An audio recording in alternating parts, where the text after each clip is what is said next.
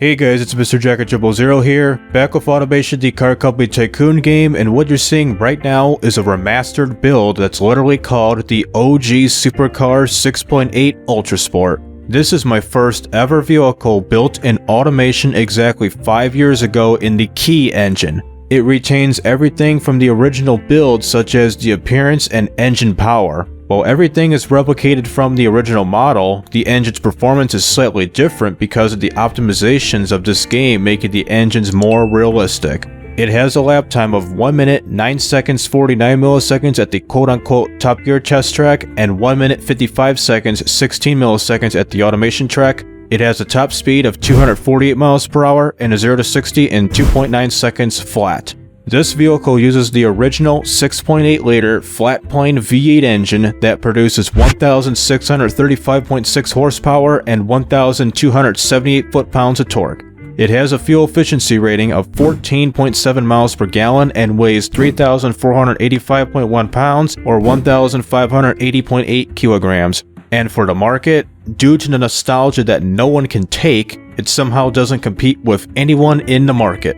For the specs of the OG supercar, my first ever car remastered in UE4 of automation, the panel material will be made out of carbon fiber with a monocoque chassis also made out of carbon fiber, with a mid-longitudinal engine placement and both the front and rear suspensions are using a double wishbone. For the engine, it's a V90 V8 engine made out of magnesium with the bore set to 107.7 millimeters and a stroke at 93.3 millimeters, which gets it to exactly 6,800 cubic centimeters or 6.8 liters with a dual overhead cam 5 valve made out of aluminum silicone. For the crankshaft, this is the second time I'm using this, I believe. The first one would be the one from the Key engine, which I mentioned about with this exact supercar, is that we're using a billet steel flat plane crankshaft with lightweight titanium conrods and regular forged pistons. And everything at plus 15 because I didn't even know how the game worked. For the compression, we're using at somewhat of a normal 9.3 to 1 ratio with the cam profile set to an 82, and we're using VVT at all cams because I like performance back in the day.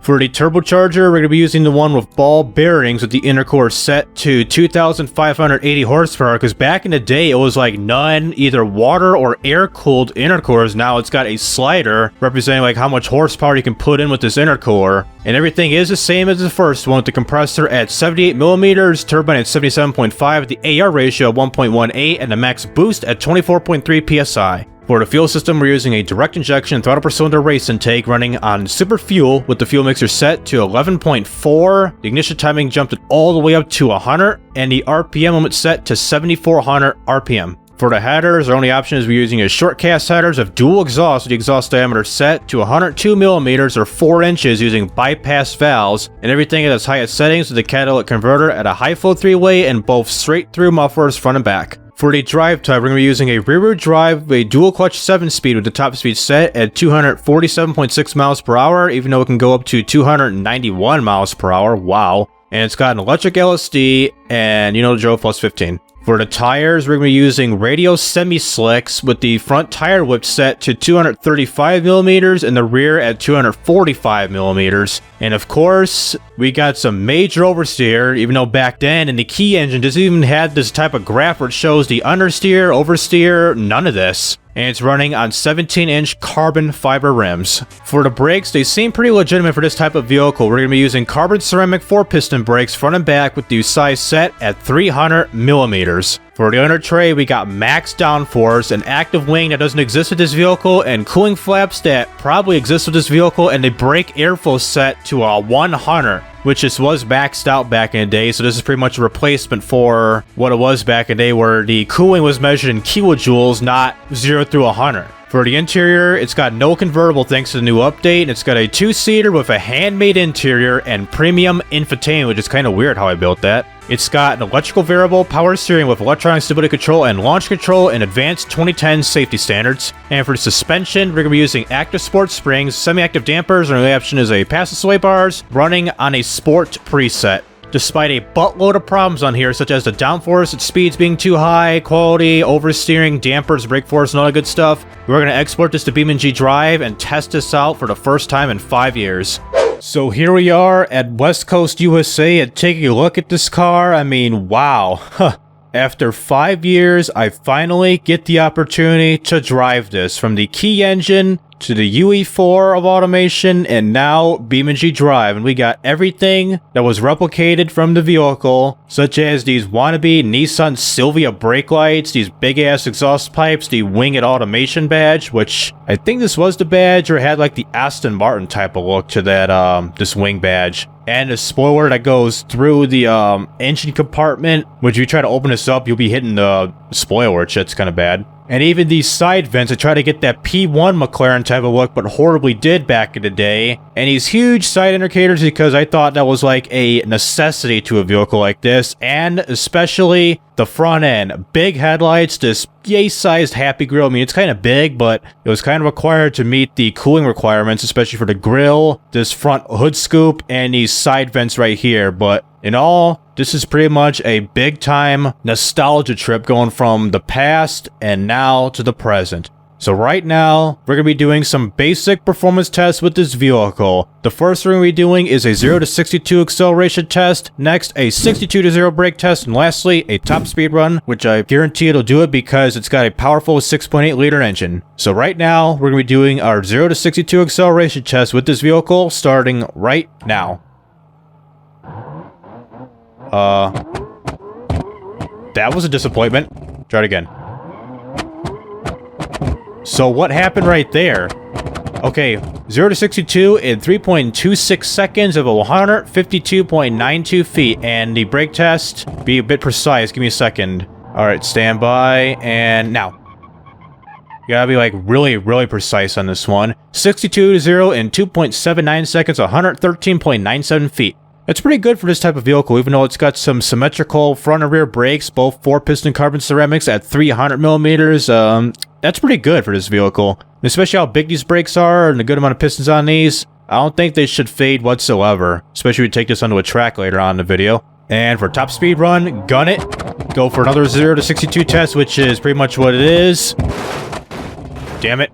And not only that, we did better in our 0 to 62 with that crash, 3.07 seconds. So gun it now, so you get a lot of wheel spin. Oh my god. I think I should have done all-wheel drive back in the day to make this even more controllable and drivable. Even gunning it at high speeds, we're still going all over the place. 200 miles an hour. If we fail the 0 to 62, I meant a top speed run, then we'll just crash straight ahead. So, we got it. 254. Everything as is, and that's what we come out to. A deadly front-end crash, the engine's going mentally insane, and will it come to a rest? Now it did. And I tried to go to slow-mo, but I actually hit all up instead, so that's a silly me on that one. So taking a brief look at the damage, we screwed up the front end big time. We got some polygons going over the place. This front right tire, can we attach this, or detach it? Oh no, it's somehow attached in the vehicle. Oh, that's weird. The front radiator is leaking pretty bad, according to the smoke here going up to the sky. The front left really mangled that when we hit the little construction turn sign, the arrow indicator sign. The back left tire has been chopped off here, and we got a look at this engine here. Wow. And the spoiler's gone, so that's a big oof. So right now, we're going to be doing a time trial run here at West Coast USA on the long race circuit 1 layout with this here supercar, aka the OG Supercar 6.8 Ultra Sport. So we're going to be doing 2 laps of this course, and hopefully we beat the first place car, which is my quickest car ever, the DJ Quick Suda Creepa, which is a wannabe LaFerrari that is stupidly quick and fast. So right now, I'll take you to the starting line of this racetrack right now. Oh my god, so here we are at the start and finish line, and we are kind of off-centered on our little starting grid thingy right here. So let's get things started here with this here race in 3, 2, 1, start. So I forgot to put a UI on here that saves your replays every time you do a scenario, time trial, and everything. So hit the brakes now. Can these brakes hold up? Pretty well. We're around 300, 400 degrees of the brakes, even though ECS is trying to heat them up, trying to keep this car as straight as possible, doing a drift.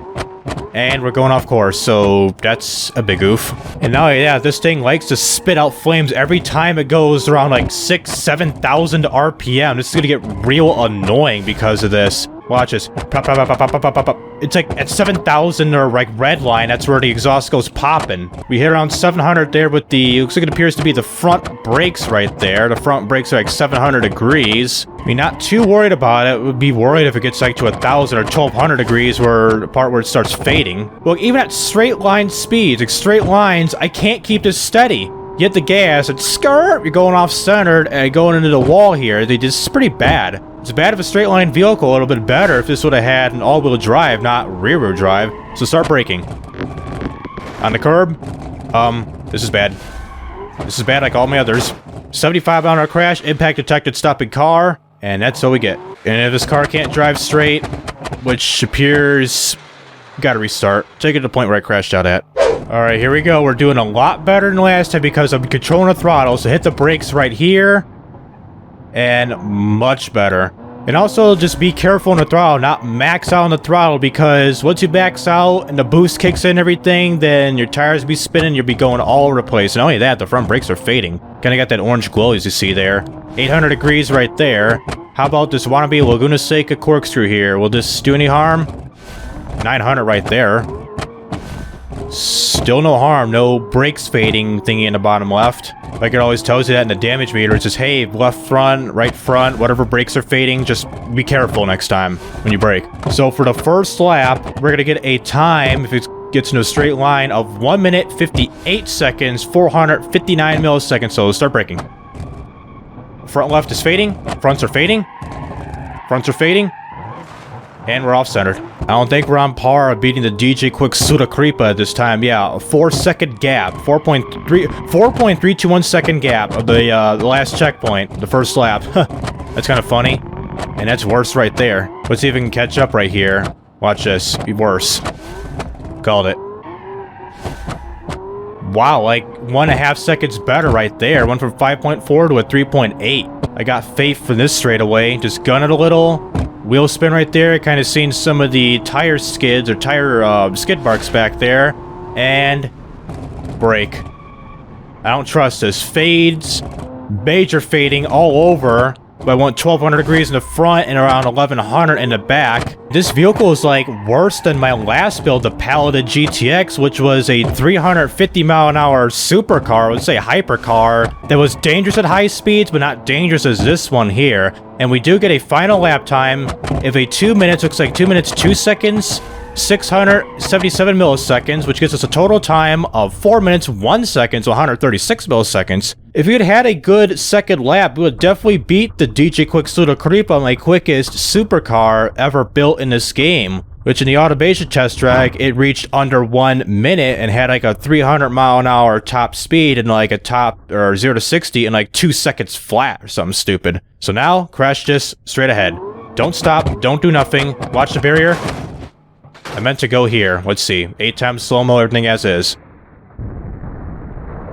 That rear end held up pretty well. And we take a look at the damage. Very disappointing if the barriers didn't even exist. So, there we go. So now, let's see if nostalgia could take things any further by going to Brutal Slope 2.0 and go down some ramps and pretty much screw this car up even further. So here we are at Brutal Slope, ready to take down this gnarly hill down here. It is ramp at the bottom, and also this thing here is still black for some odd reason. So right now, skateboard down this here hill and go all the way at the bottom to the ramp and see how far this thing will go. And I was scared to hit the accelerator so hard so this thing won't shift left and right. And not only that, we do not have a 0 to 60 acceleration. And we're going 273 miles per hour at airspeed. And even less because we're going uphill. Exit speed 215 and no damage whatsoever.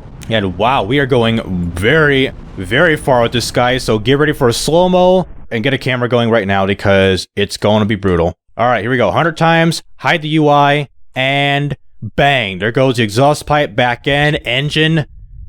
Everything about the back end is severely damaged and mangled. There goes a wheel. 8 times slow-mo. Screw the tracking. Get back to the vehicle and full time. And like that, we have killed the engine because I don't hear nothing but crankiness and just dead silence. And take a look at this vehicle. This thing has shifted big time to the left. And somehow this wheel is still attached despite that collision, so can we yank this off? Surprisingly, we didn't. And we did get a brake test going of 14 to 0 in 1.87 seconds at 21.59 feet. So looking at the damage of this vehicle, the right side is smooshed in. The back of the vehicle is really smooshed in. It had the worst of it. Left side, not so much, despite this tire right here. Front end, yeah, good amount of damage. So for the last part of the video, skateboarder sells down again and drive down this little wedge thing, which is basically a square block where you get your vehicle wedged at a very, very high speed and see... Get away from the tube here and see what the vehicle looks like once it gets smashed, almost like flat up against the block up here. So going pretty fast. What's it like when we turn the vehicle off? It still is revving, so weird.